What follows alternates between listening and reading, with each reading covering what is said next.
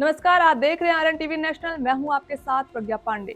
आज शिक्षा और संवैधानिक संस्थाओं के बीच एक बड़ा विवाद उभरकर सामने आया है। एनसीईआरटी की कक्षा 8 की किताब में न्यायपालिका में भ्रष्टाचार से जुड़े एक अध्याय को लेकर सुप्रीम कोर्ट ने सख्त आपत्ति जताई। सरकार की माफी को अस्वीकार कर दिया और कहा, हम तब तक संतुष्ट नहीं होंगे जब तक सच सामने न आए। जानते हैं पूरा मामला क्या है। एनसीईआरटी ने अपनी कक्षा 8 की सोशल साइंस पुस्तक में न्यायपालिका में भ्रष्टाचार नाम से एक विस्तृत सेक्शन जोड़ा था। इस हिस्से में न्यायपालिका के सामने आने वाली आंखबंदी, लंबित मामले और भ्रष्टाचार के उदाहरण को शामिल किया गया, जिसे सुप्रीम कोर्ट ने गंभीर और अनुचित बताया। विवाद इतना बढ़ा कि कोर्ट ने स्वयं संज्ञान ले लिया और सुनवाई शुरू की।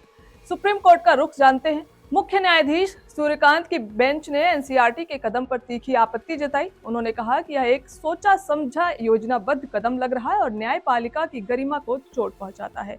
सीजेआई ने एनसीईआरटी और शिक्षा विभाग से पूछा कि किसने लिखा, नाम बताओ, और स्पष्ट कहा कि नाम नहीं बताए जाने पर कार्रवाई होगी। आपको बता दें कि सरकार की तरफ से सॉलिसिटर जनरल ने अदालत में बिना शर्त माफी मांगी है। कहा कि यह गलती इरादतन नहीं हुई है। अधिकारियों ने बताया कि जिन 2 लोगों ने यह चैप्टर तैयार किया है, उन्हें शिक्षा मंत्रालय में आगे काम नहीं करने दिया जाएगा। लेकिन सीजेआई ने कहा कि माफी से काम नहीं चलेगा। हमने पहले भी कहा था, यह किताब सीधे न्यायपालिका पर गोलियां चला रही है, हमारे सिस्टम का खून बहा रही है, हमारी गरिमा पर वार कर रही है। सुप्रीम कोर्ट ने किताब की पूर्ण बिक्री और वितरण पर भी रोक लगा दी है। हार्ड कॉपी और डिजिटल दोनों फॉर्म में विवादित किताबों को हटाने का आदेश दिया गया है।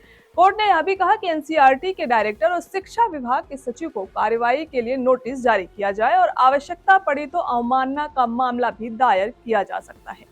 जानते हैं विवाद क्यों बढ़ रहा है। कोर्ट का कहना है कि इस तरह के अध्याय से बच्चों के मन में गलत संदेश जाएगा और यह न्यायपालिका की सार्वभौमिक छवि को नुकसान पहुंचा सकता है। एनसीईआरटी का कहना है कि यह सामग्री संवैधानिक संस्थाओं पर जागरूकता बढ़ाने के लिए थी, न कि बदनाम करने के लिए। वरिष्ठ वकीलों ने भी अदालत में बताया कि केवल न्यायपालिका को निशाना बनाना संतुलित शिक्षा नहीं, इस पर भी बहस जारी है।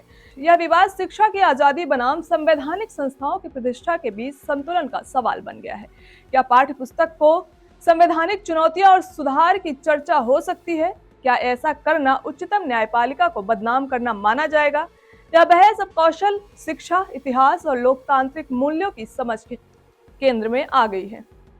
अगली सुनवाई और आगे क्या होगा। कोर्ट की अगली सुनवाई 11 मार्च 2026 को तय हुई है, जब यह तय होगा कि क्या एनसीईआरटी के खिलाफ और अधिक सख्त कार्रवाई होगी, क्या दोषियों के खिलाफ कानूनी प्रक्रिया जारी रहेगी और कैसे पाठ्य पुस्तकों का भविष्य में संतुलित और संवैधानिक रूप से सुरक्षित सिलेबस तैयार होगा। यह मामला सिर्फ एक स्कूल किताब का नहीं, बल्कि शिक्षा, लोकतंत्र और संस्थागत सम्मान के बीच एक बड़ा टकराव बन गया है।